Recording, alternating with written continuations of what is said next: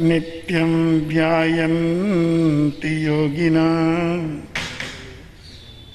कामदं मोक्षदं चैव ओंकाराय नमो नमः।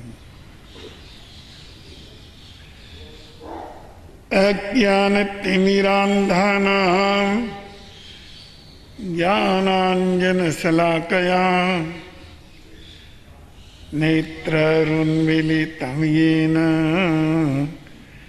तस्मै श्रीगुरुवे नमः। नमो दुर्वाररागादिवैरिवारनिवारणे अरहते योगिनाथाय महावीराय तायिने।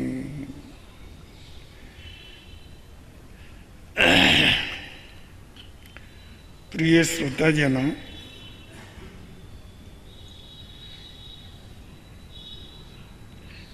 आइए एक छोटे से प्रश्न के समाधान की खोज करें। प्रश्न यह है कि जीवन की सफलता और असफलता किस पर निर्भर है। प्रत्येक बुद्धिमान व्यक्ति के सामने ये प्रश्न खड़ा है।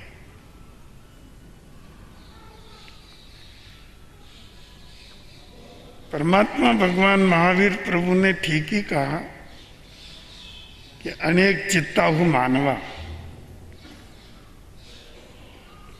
मानव के विचार सब अलग अलग है। स्पष्ट है कि मानव के विचार जब अलग अलग है तो उसके जीवन जीने के तरीके भी अलग अलग हैं।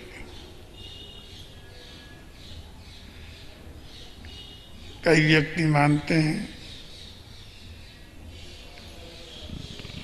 बहुत संपत्ति होए, बहुत वैभव हो, आगे के लिए भी 2-4 पीढ़ी आराम से बेटी बेटी खा सके, इतना धन होए, इतना कमा के जाएं कि सब ये सोचते रहे कि वाह, जीवन में कितना कमा लिया, ये व्यक्ति कितना होशियार था। ऐसा सोच करने वाले व्यक्ति स्वयं इसी में अपने जीवन की सफलता मानते हैं।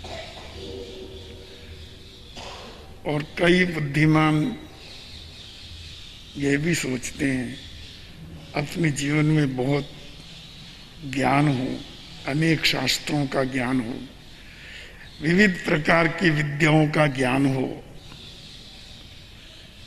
हम अपने ज्ञान से सबको चमत्कृत कर सकें,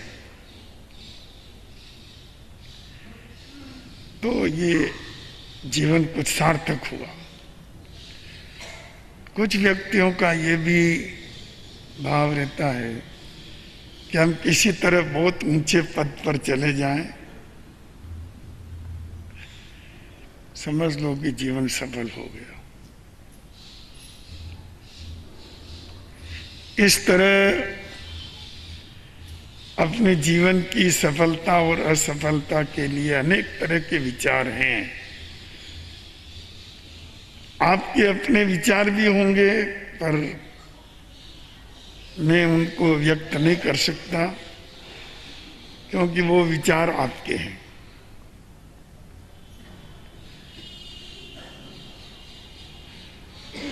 जहां तक परम पावन वीतराग प्रभु के दर्शन को हमने समझा है,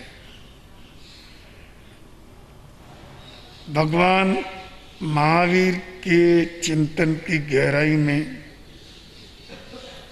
पहुंचकर जो कुछ जान पाए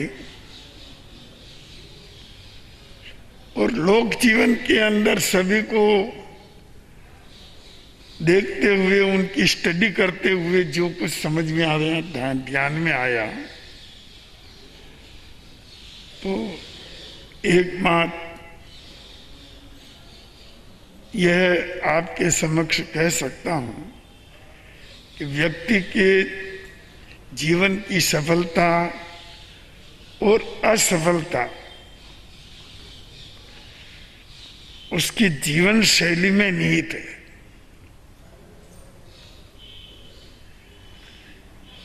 व्यक्ति किस स्टाइल से जी रहा है,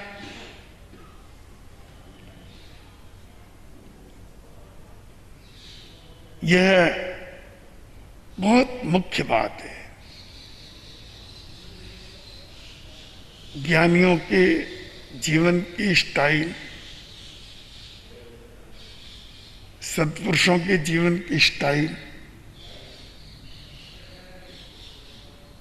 सदाचारियों के जीवन की स्टाइल, सेवा के क्षेत्र में काम करने वाले महानुभावों की स्टाइल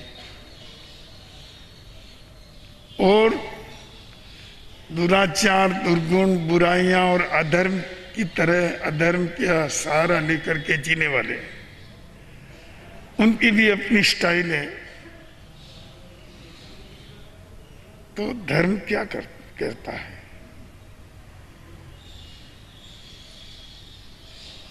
धर्म का लाभ क्या है? हम क्यों इतना श्रम करते हैं धर्म के क्षेत्र में? क्यों इतना व्यय करते हैं, अपना समय भी लगाते हैं? आखिर इस सब का परिणाम क्या है?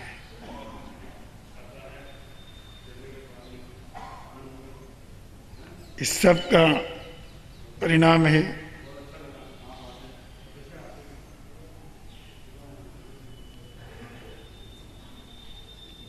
जीवन शैली में परिवर्तन।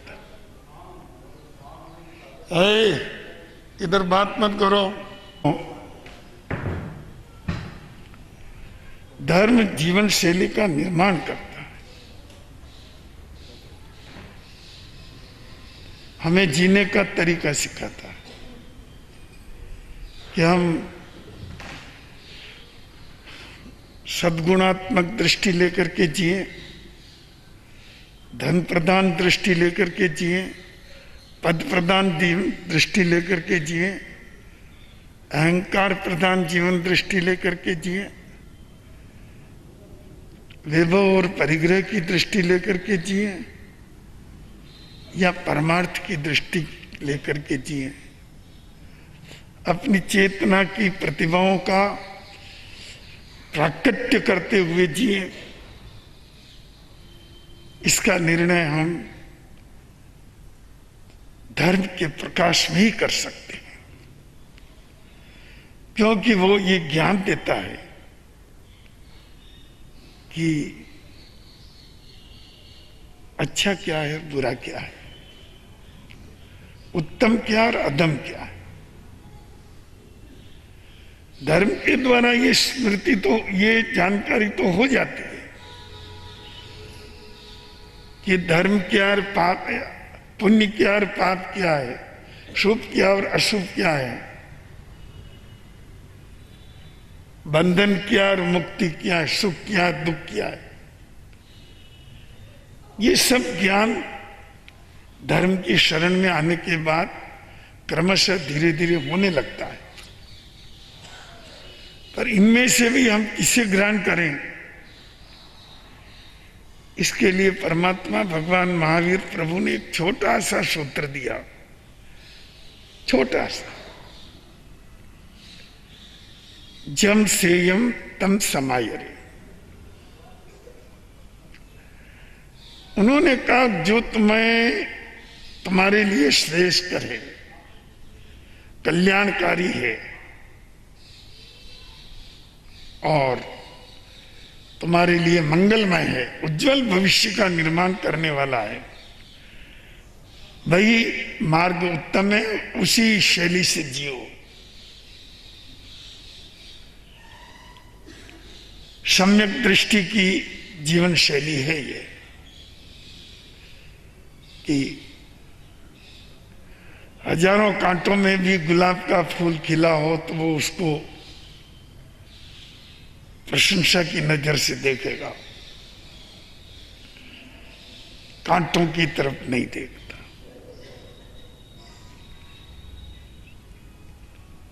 ये दृष्टि प्राप्त करना थोड़ा कठिन जरूर है, पर अभ्यास करने पर संभव है। ग्रंथि नहीं होनी चाहिए। ग्रंथि होती है तो फिर कोई अच्छाई नजर नहीं आती। राम राम क्यों है?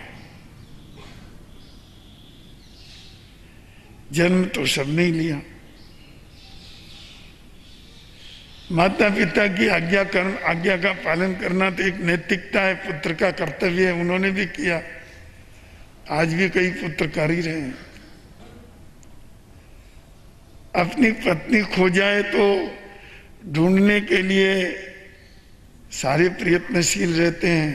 क्या राम और क्या साधारण व्यक्ति, क्या उस समय के व्यक्ति, क्या इस समय के व्यक्ति। जो लोग अपनी सहायता करते हैं उनकी प्रशंसा, उनको महत्व हम ठेठ से देते आए हैं। सभी ने दिया, उन्होंने भी दिया, हम भी दे रहे हैं। राम का रामत्व कहाँ है? उनका महत्व कहाँ टिका है? उनका महत्व उनकी अंतर भावना में, निर्ग्रंथ दृष्टि में टिका हुआ है। निर्ग्रंथ दृष्टि कैसी? रावण का युद्ध भूमि में पतन हो गया और राम का पूरा जो वहां पर सैन्य दल है, जितने परिजन है, सब आनंद और उत्सव मनाते हैं, उसी में लगे हुए हैं। एक बहुत बड़ा अभियान सफल हो गया। लंका पर जीतना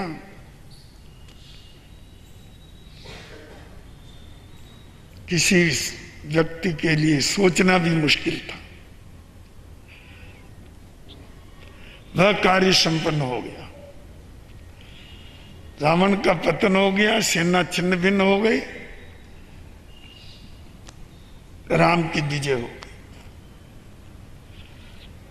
सब लोग नाचने कूदने, गाने बजाने, खाने पीने में मस्त थे।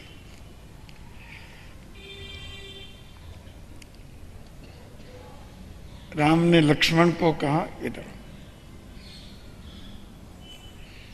क्या आज्ञा है? एक काम करो, जो आपकी आज्ञा होगी वो होगा। रावण के पास जाओ। रावण के पास, हाँ, अभी वो उसकी मृत्यु हुई नहीं है, घायल है युद्ध भूमि में। शिष्य बन के जाओ, चरणों की तरफ खड़े रहना, उनको कहना मैं लक्ष्मण आपका शिष्य बन के आया हूं और मुझे राजनीति का ज्ञान दीजिए। क्योंकि राजनीति की जो गूढ़ बातें रावण जानता है, मैं भी नहीं जानता। उनका ज्ञान यूं चला जाएगा। तुम शीघ्रता करो।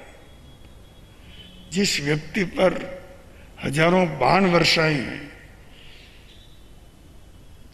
जिसको जानी दुश्मन समझा और जिसने भी उनको जानी दुश्मन समझा, ऐसे व्यक्ति के सामने नम्र बन के, हाथ जोड़ के, शिष्य बन के खड़े रहना बहुत दुश्वार था, बहुत कठिन था। पर लक्ष्मण भी विलक्षण ही थे।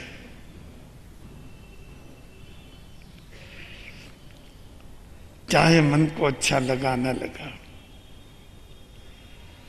तर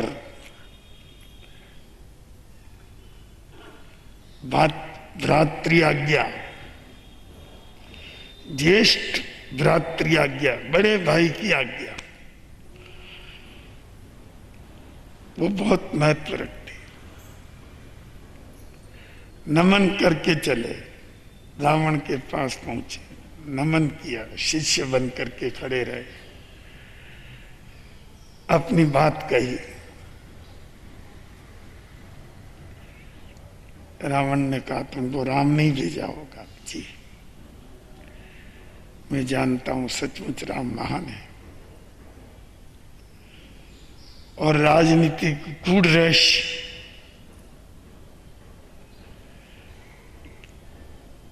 लक्ष्मण को रावण ने प्रदान किया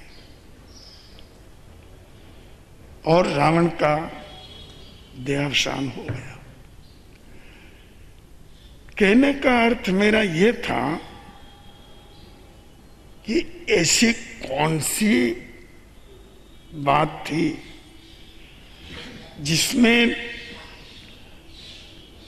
जिससे प्रेरित होकर राम ने लक्ष्मण को रावण के पास, अपने परम दुश्मन के पास, जिसने उनकी जिंदगी में आग लगा दी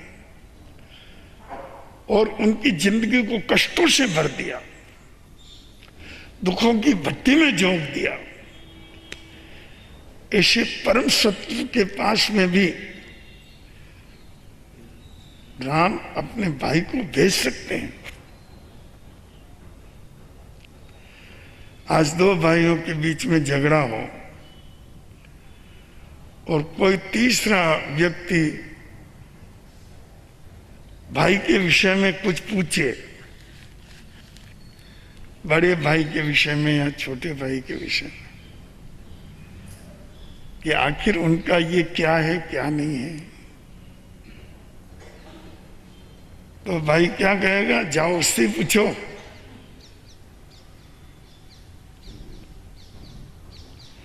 ये नहीं कहेगा कि हाँ उसमें कुछ अच्छा ही है, हाँ ये बात ठीक है, नहीं, उससे जाके पूछो, मैं नहीं जानता। ये आम बात है। आम बात से हट करके जो व्यक्ति जीता है वही तो महापुरुष होता है। ये उनके हट करके जीने की बात थी। ऐसे परम शत्रु के पास में भी लक्ष्मण को बड़े विनम्र भाव के साथ भेजा। तो बंधुओं, ये भी जीवन जीने की एक शैली है। कहीं से भी हो गुण को उठा लेना, अच्छाई को ले लेना, कहीं से भी हो, जो कुछ श्रेष्ठ है उसको स्वीकार कर लेना, ये जीने का अपना अलग ढंग है। गांधी जी एक प्लेन में चल रहे थे, एक व्यक्ति जो उनका परम दुश्मन, आलोचना करने वाला, उनका निंदक, उसने एक पत्र गांधी जी को हाथ में दिया, इसे पढ़ो। गांधी जी के कार्यों की पूरी आलोचना थी और यहां तक कि अभद्र भाषा का भी उपयोग था।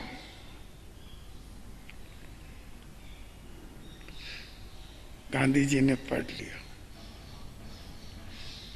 और 3-4 कागज को इकट्ठा करने के लिए पिन लगा रखी थी, ऑल पिन। उन्होंने उस ऑल पिन को निकाला और अपनी जेब में अपने पास रख लिया। उस व्यक्ति ने कहा, इसमें मेरे पत्र में कुछ सार है। गांधी जी ने कहा, जो सार था वो तो मैंने निकाल लिया।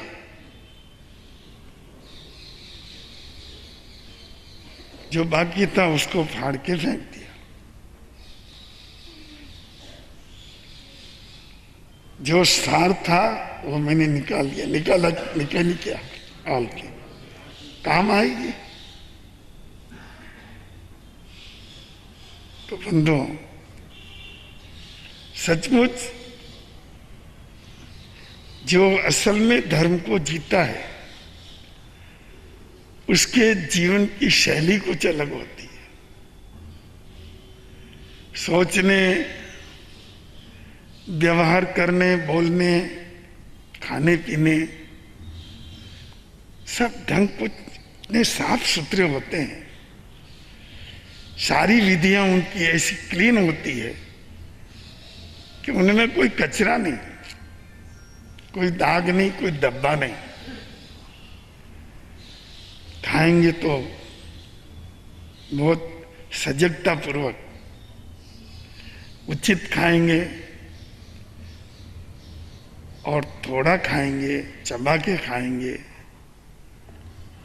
जीवन स्वस्थ रह सके इतना ही भोजन करेंगे और ऐसा ही करेंगे। उनका ढंग है।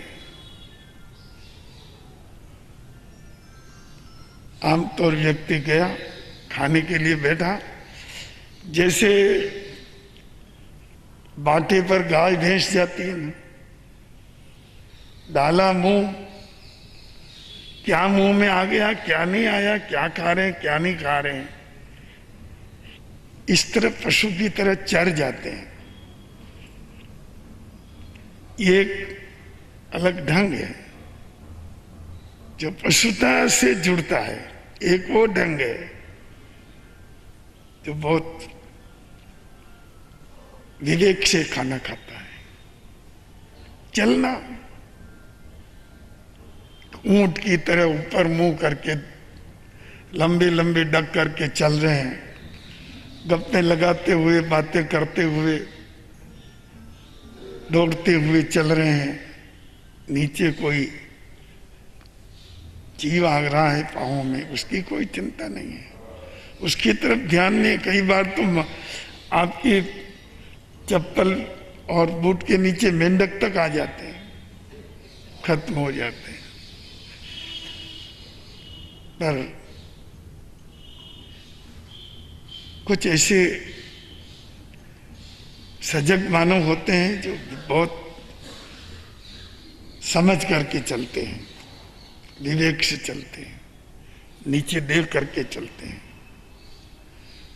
तो ये तो एक दो उदाहरण दिए मैंने। सब जीवन की हर प्रक्रिया में परमात्मा ने, भगवान महावीर ने तो यहां तक कहा कि तुम्हारी सोने की शैली भी अच्छी होनी चाहिए।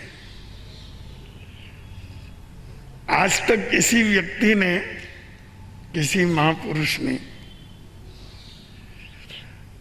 मानव के सोने की तरफ ध्यान नहीं दिया। वही जानते हैं कि नींद आती, सो जाओ, नींद आ जाए, जग जाओ, काम पे लगो। पर सोने में भी कोई तमीज होती है, ये बात केवल भगवान महावीर ने कही। जयम सही, क्या बात है। उन्होंने कहा कि एक समझ करके सो, एक तमीज के साथ सो, विवेक के साथ सो। कहां सोना, कितना सोना,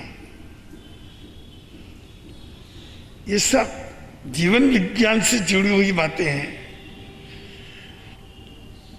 तो ये सब अपनी जीवन शैली पर निर्भर करती है। जितना हम अच्छा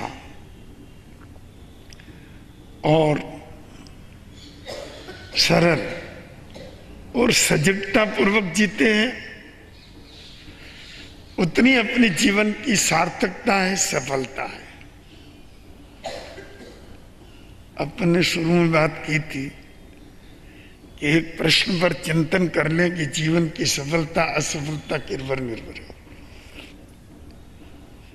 ये विवेचन उसी का है कि हम ऐसे सजगता पूर्वक, विवेक पूर्वक अपनी जीवन शैली का निर्माण करें कि जिसमें किसी तरह की कोई विकृतियां काम न करें।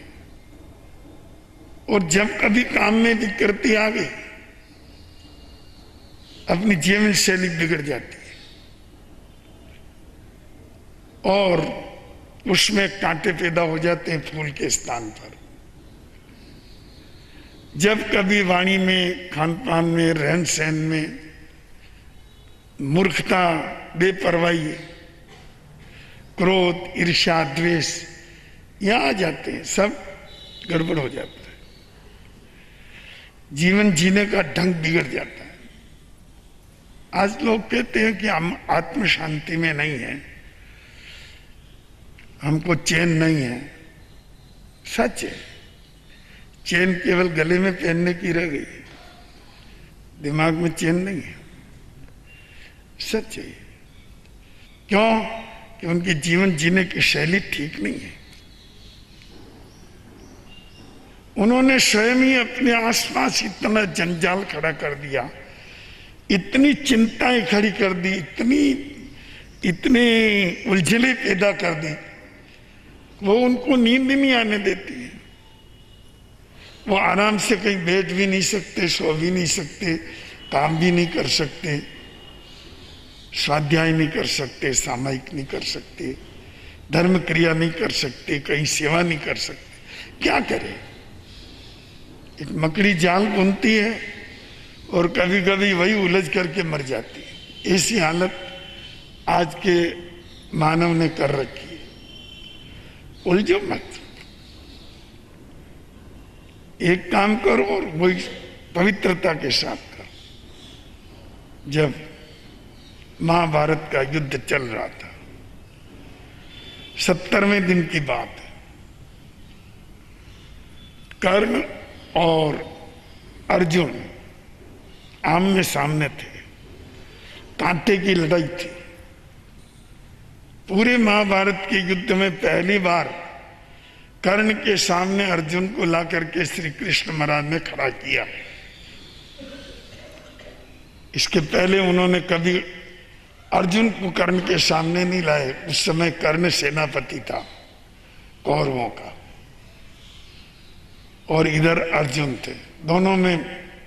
दोनों धनुर्धर थे और दोनों के प्रहार बहुत जबरदस्त थे। दोनों युद्ध कौशल और दोनों धनुर्धर बाण विद्या में सिद्ध। अन्य व्यक्तियों ने भी युद्ध करना छोड़ के उनका युद्ध देखने लग गए कि आज बराबरी की लड़ाई है। पर उसमें एक घटना इस तरह की होती है कि कर्ण का बाण लगता है अर्जुन के रथ पर, तो अर्जुन का रथ केवल हिलता है। और जब अर्जुन का बाण लगता है कर्ण के रथ पर, तो 2 कदम पीछे चला जाता है। ये देखकर ऐसा एक बार नहीं, 2 बार नहीं, अनेक बार हुआ। तो ये देखकर अर्जुन को कुछ अहंकार पैदा हो गया। वो सोचने लगा, स्पष्ट हो गया कि मैं कितना शक्तिशाली। मेरा तीर जाता है कर्ण का रथ 10 कदम पीछे, उसका तीर लगता है, मेरा रथ केवल हिलता है। ये बात श्री कृष्ण समझ गए। उनसे बढ़कर के बुद्धिमान व्यक्ति तो शायद उस जमाने में कोई रहा ही नहीं। और मनोवैज्ञानिक तो वो प्रथम श्रेणी के थे। ताड़ गए कि ये अर्जुन क्या सोच रहा है। श्री कृष्ण ने कहा, अर्जुन क्या कर रहे हो? युद्ध कर रहा हूं। कि नहीं, कुछ और भी कर रहे हो। नहीं, युद्ध कर रहा हूं स्वामी। युद्ध के साथ अहंकार कर रहे हो। बोलो, सोच रहे हो ना, जब तुम्हारा तीर लगता है, बाण लगता है कर्ण के रथ पर, 2-4 कदम पीछे चला जाता, उसका बाण लगता है, तुम्हारा रथ केवल हिलता है, तुम्हें गर्व हो रहा है कि मैं बहुत शक्तिशाली। सच है ना? है तो सच। एक काम करो, युद्ध करो, गर्व मत करो। उसका बाण लगता है, तुम्हारा रथ केवल हिलता है, इसका कारण तुम नहीं जानते। तुम मेरे अंदर देखो। कहते हैं कृष्ण महाराज ने उस समय विक्री लब्धि से 3 खंड अपने अंदर बना लिए। उन्होंने कहा, तुमको अंदर क्या दिखता है? क्या आधा संसार दिख रहा है? 6 खंड दिख रहे हैं, 3 खंड दिख रहे हैं। इतना वजन तुम्हारे रथ पर पड़ा है। इतने वजन को कर्ण हिला तो देता है। ऐसा करें कि वो कर्ण का जो सारथी है, रथ चलाने वाला, उसको तो मैं इधर बैठा देता हूं और मैं कर्ण के रथ पर बैठ जाता हूं। फिर देखते हैं तुम कर्ण के रथ को हिलाओ भी, 2-4 कदम पीछे ले जाना तो दूर, तुम हिला भी दो। नहीं स्वामी, मेरी बहुत बड़ी भूल हो गई, क्षमा करें।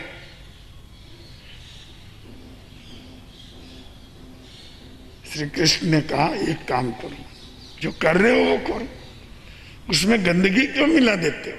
युद्ध कर रहे हो और अहंकार कर रहे हो, 2 बात हो गई। अहंकार विकृति है, युद्ध तुम्हारा यहाँ का कर्तव्य है। ये बात बहुत गहरी है। हम अपने काम को करें, पर उसमें कोई दूसरी बात, दूसरे भाव अपने अंदर न आने दें। ये एक ऐसी सजगता है जो व्यक्ति के चरित्र का मेरुदंड है। उसके आधार पर व्यक्ति अपने संपूर्ण चरित्र का निर्माण करता है। अच्छी चीज में बुरी चीज का मिलना अच्छी को भी बुरी बना देता है। इसलिए कृष्ण महाराज ने कहा, केवल युद्ध करो, अहंकार मत करो। जीवन में बंधुओं, हमें भी कुछ न कुछ तो करना ही पड़ता है और सबको करना पड़ता है और करना भी चाहिए। बिना किए जीवन नहीं चलता। पर हम जो करें साफ सुथरा करें, अच्छा करें, उसमें कोई विकार, उसमें कोई गंदगी, बुराई, अहंकार, क्रोध, ईर्ष्या, द्वेष, बेईमानी, चालाकी, ऐसा कोई पाप नहीं आने दें। नहीं तो वो पाप आएगा और आप जो कुछ करोगे उसको गंदा कर देगा, तो फिर आपकी जीवन शैली बिगड़ जाएगी। तो जो अपने जीवन जीने की स्टाइल है वो बढ़िया हो, और जितनी सजगता पूर्ण सही होगी उतना ही आपका जीवन सार्थक हो जाएगा। यही आज के प्रवचन का सार है। आत्मसात करें, आनंद ही आनंद।